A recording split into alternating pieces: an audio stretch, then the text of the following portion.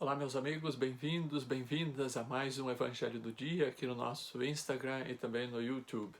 Bem-vindos e que você possa hoje, mais uma vez, ser banhado pela graça de Deus, coberto pelo seu amor, pela sua misericórdia. Hoje, terça-feira da 12ª semana do Tempo Comum. O Evangelho é tirado de São Mateus, capítulo 7, versículos 6 e depois do 12 ao 14. Disse Jesus aos seus discípulos: Não deis aos cães o que é sagrado, nem atireis as vossas pérolas aos porcos, para que não as pisem e, voltando-se contra vós, vos estraçalhem. Tudo aquilo, portanto, que quereis que os homens vos façam, fazei-o vós a eles, pois esta é a lei e os profetas. Entrai pela porta estreita, porque largo e espaçoso é o caminho que conduz à perdição, e muitos são os que entram por ele. Estreita, porém, é a porta, e apertado o caminho que conduz à vida, e poucos são os que o encontram. Palavra da salvação. Glória a vós, Senhor. Meus irmãos, nós estamos caminhando para o final, para a conclusão da leitura do Sermão da Montanha.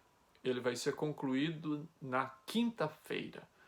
Hoje nós temos 3 importantes ensinamentos de Jesus para o novo povo de Deus, para o novo Israel, para a comunidade formada a partir dos apóstolos, para a igreja, portanto.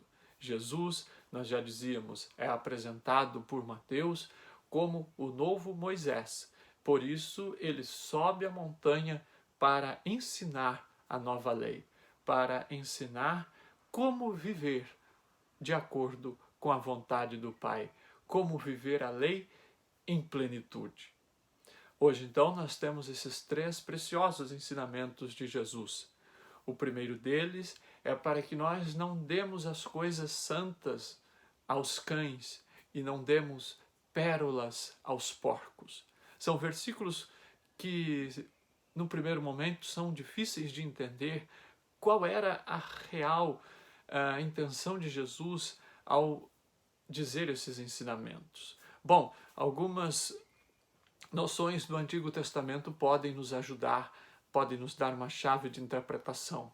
Primeiro, os cães eram tidos como animais selvagens, não eram como hoje animais domésticos, animais dóceis, animais que quase são parte da família. Não, não era assim no tempo de Jesus. Os cães não eram bem vistos. Muito menos os porcos. Os porcos eram tidos como animais impuros, como animais que não se deveria tocar, muito menos comer, muito menos ter nenhum tipo ali de interação com eles. As coisas sagradas. O que era considerado como coisa sagrada no Antigo Testamento? Eram as carnes oferecidas em sacrifício no templo, as carnes oferecidas a Deus. Então, era isso, as carnes oferecidas a Deus não deveriam ser dadas aos cães. Ao contrário, o livro do Êxodo diz: as carnes profanadas, as carnes dos cultos pagãos, essas deem aos cães. Então os cães eram animais menosprezados. As pérolas nós temos no capítulo 13 do próprio São Mateus, nas parábolas de Jesus sobre o reino. Ele compara o reino de Deus como uma pérola preciosa que vale tudo para vendê-la e ganhar um bom dinheiro. Então o reino de Deus é tão valioso quanto uma pérola preciosa. Com isso, nós então podemos associar e compreender e tirar conclusões deste primeiro ensinamento de Jesus. Não dar as coisas santas aos cães, não atirar as pérolas preciosas aos porcos. Com isso, Jesus provavelmente está querendo nos dizer: olha, não vale a pena nós ficarmos perdendo tempo anunciando o Evangelho, anunciando o reino de Deus àqueles que não queiram ouvir, àqueles que não estejam interessados em abrir o coração para o reino de Deus. É como Jesus disse um pouco antes, no próprio Sermão da Montanha, nas orientações que ele dá aos discípulos. Ou melhor, não no Sermão da Montanha, no Sermão missionário. Jesus vai dizer: quando vocês forem em missão e chegarem a um lugar, anunciarem o Evangelho, se não forem bem recebidos, se as pessoas não quiserem ouvi-los, chacoalhem a poeira das sandálias, vão embora, partam para outra missão. Meus irmãos, isto também nos serve de ensinamento. Não adianta a gente querer impor a doutrina, querer impor o Evangelho, querer impor o cristianismo para quem não quer ouvir. Deus dá o dom de respeitarmos a liberdade. Deus dá o dom da liberdade para aqueles que queiram ou não receber a palavra. E assim o evangelizador, o missionário, cada um de nós devemos compreender que as pessoas não são obrigadas a concordar com a nossa mensagem, a querer ouvir aquilo que temos a oferecer. O segundo ensinamento é aquilo que nós conhecemos como a regra de ouro. A regra de ouro ela já existia no Antigo Testamento, mas numa negativa. Não façam aos outros aquilo que vocês não querem que seja feito a vocês. Jesus, como ele dá a nova lei, como ele supera aquela lei antiga, ele vai trazer este ensinamento para uma forma positiva, para uma forma afirmativa. Façam aos outros tudo aquilo que vocês querem que seja feito a vocês. Hoje, as técnicas de coaching, né, a autoajuda, as orientações, por exemplo, empresariais, de como ser bem-sucedido, ensinam esta regra de ouro. E com esta mesma terminologia, regra de ouro. Mas para construir networkings, relações profissionais, né, para que os profissionais de determinada área façam, ajudem aos outros a progredirem comercialmente ou profissionalmente, em troca de também serem ajudados. Veja, no cristianismo, esta regra é deixada não para que recebamos algo em troca, mas para que este seja um critério de nós chegarmos aos irmãos, de nós fazermos o bem. A regra de ouro é uma proatividade do bem. Aquilo que eu gostaria que fosse feito para mim, eu devo primeiro fazer ao outro, mas não esperando receber em troca, mas simplesmente porque se aquilo eu gostaria de ter, é porque é bom. E para o outro eu preciso desejar e fazer aquilo que é bom. E não aquilo que é mal, nem aquilo que é supérfluo.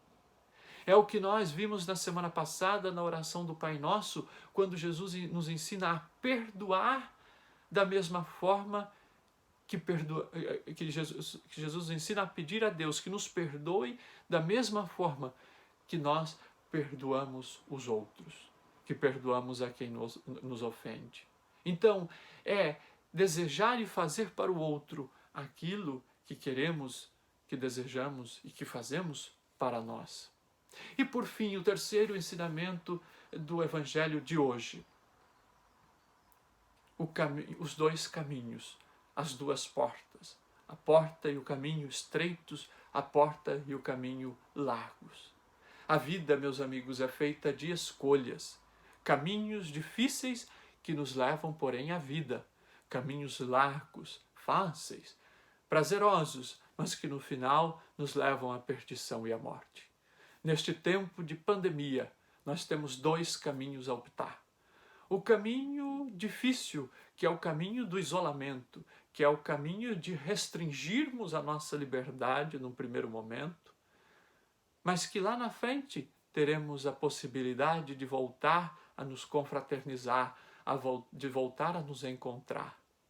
Aqui na Irlanda, semana passada, quando anunciou a reabertura do país, o governo disse: o esforço de todos nesses quase 3 meses está nos possibilitando esta reabertura, porque as mortes estão praticamente zeradas. O esforço de todos. O caminho estreito pelo qual a população deste país resolveu e topou de seguir, de trilhar. É um caminho estreito, pelo qual estamos passando há quase 3 meses.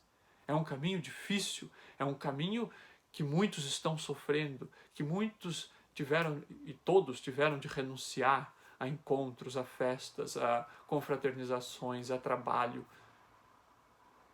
Mas é um caminho que agora está nos levando, e oxalá em definitivo, mas sabemos que há um risco ainda de volta, mas está nos possibilitando uma reabertura.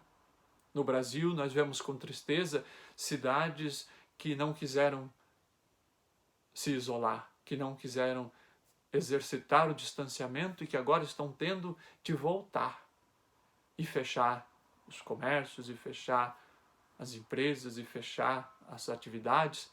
Por quê? Porque fechou por um tempo, mas o povo não aderiu. O povo preferiu um caminho mais fácil, um caminho mais prazeroso, mas que apenas está prorrogando as dificuldades, apenas está prorrogando este tempo de penitência.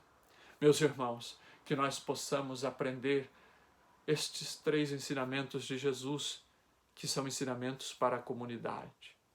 Que não fiquemos perdendo tempo com quem não quer, que possamos oferecer às pessoas essa nova forma de relacionar, que é fazer aos outros aquilo que nós gostamos, de tratar as pessoas da forma com que nós gostamos de ser tratados, e que possamos trilhar, escolher o caminho estreito, difícil, penoso, mas que nos leva lá na frente à alegria, à vida.